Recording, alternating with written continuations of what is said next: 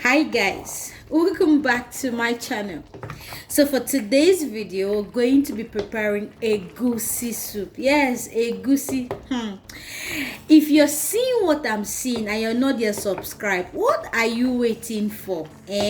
Bikone, what are you waiting for? Subscribe to see more of this, to get notification each time I post any of these delicious and mouth-watering dishes, or each time I post notification about hair. So guys, if you want to see how I prepare this mouth-watering delicious egusi soup, please keep watching.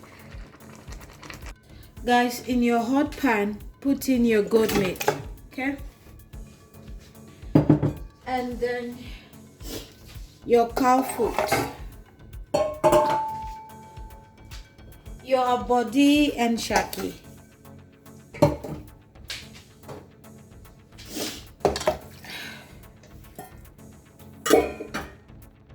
Season with some onions, chopped onions, okay?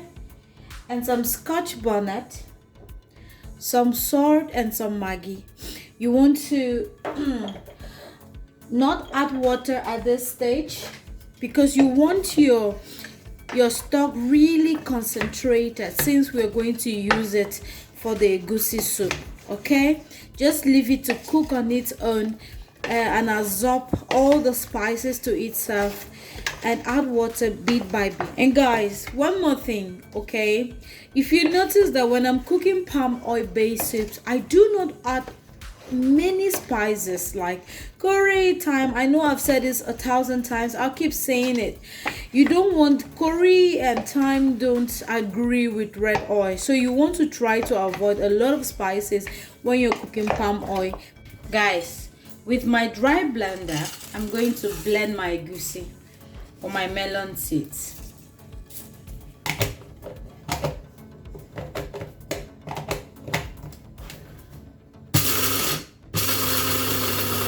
You want to blend your melon seed until it's really smooth.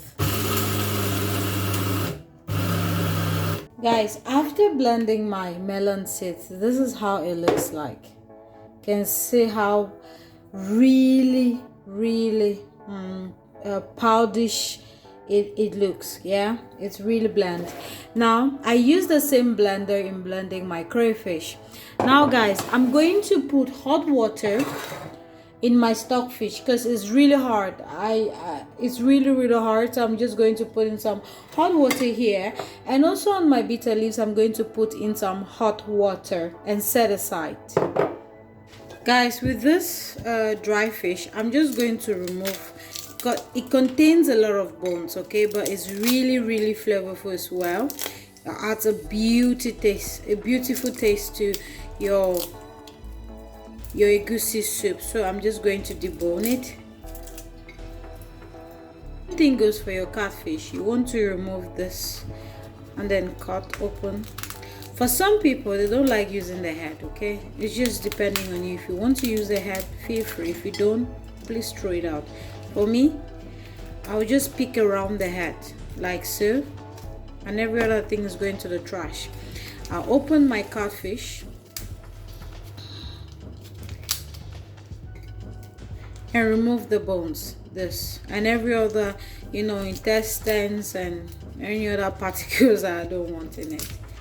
So, and guys, I just put in very hot water, boiling water in this catfish because I want to wash it. Okay, it's very important that you wash your fish really well, especially if you are not the one that smoked the fish. Guys, after about 40 minutes of cooking my meat, I'm going to drain the excess stock.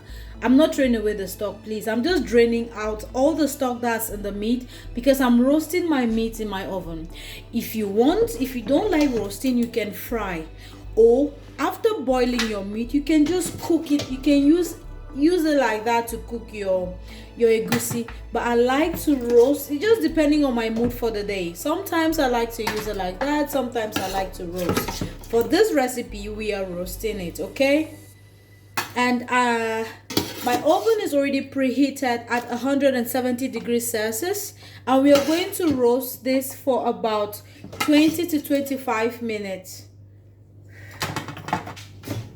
So guys, just spread it evenly on your baking roasting pan, okay, and send it to the oven. Guys, for my red bell peppers, the way I always clean it is like this. I cut it open, remove all the seeds in it. This seeds, if you blend it together with the seeds, it's going to make your soup bitter. So you want to take out all the seeds, okay? I just take out all my seeds and then wash and blend. As simple and as easy as that. So please repeat the process on all your vegetables or your bell peppers.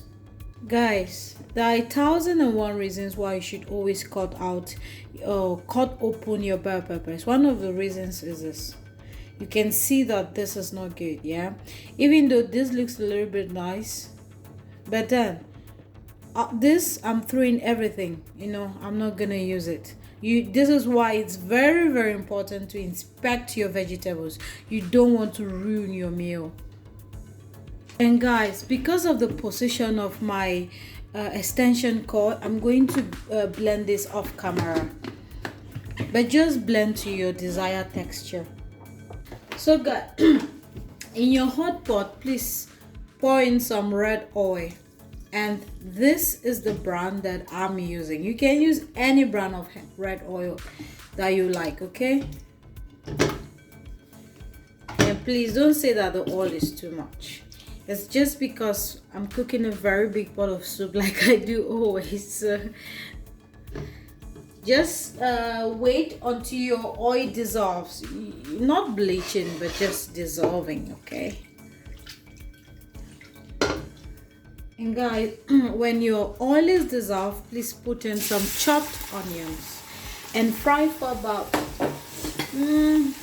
1 minute 30. You don't want to fry your onions for more than 2 minutes because it's going to make the soup sweeter, as in sweeter, not in a good way. Okay, so just fry it for less than 2 minutes. And guys, put in your iru. I'm using iru for this recipe, okay, and fry for another 2 minutes. And then guys, after your iru and onions have fried for about 4 minutes, please put in your pepper, your paprika pepper and your Scotch Bonnet pepper, blend it, okay? So put that in, and as I always say, when you're preparing stews, it's very important to really fry the tomatoes, your peppers really well, okay? You want to fry this until you start seeing oil bubbling at the top or settling at the top. Then you know that your peppers are ready. And I won't cover my pot for this. Guys, as I mentioned earlier, we're going to be using spinach for this recipe, spinach and bitter leaf. Now for my spinach, I didn't blanch it or wash it like I did with my Eforiro recipe because I bought the spinach from a supermarket. That means it was already washed and processed and all of that. Whereas I bought the other spinach from an open market. You can imagine how dirty it is when the farmers just bring it and you take it from them. So for this, I'm just going to chop them in not really little pieces, but they're not also in big chunks, okay, like I did with my ogbono recipe. Like this, I want them to be like this size is what I'm going for. So just chop them in any sizes that you like, okay? I'm just going to put in my stockfish because I want it to cook with the stew, and also I'm going to put in my catfish fillet. Now I just want it to cook with the stew, not that the stew is ready at this time, no. Okay guys, to prepare your egusi, first things first, I want to add maybe 2 tablespoons of ground crayfish powder or ground crayfish, and then some warm water. I just put that in and stir, okay? I want to make a paste out of the melon seed powder. and you don't want it too liquidy or too thick.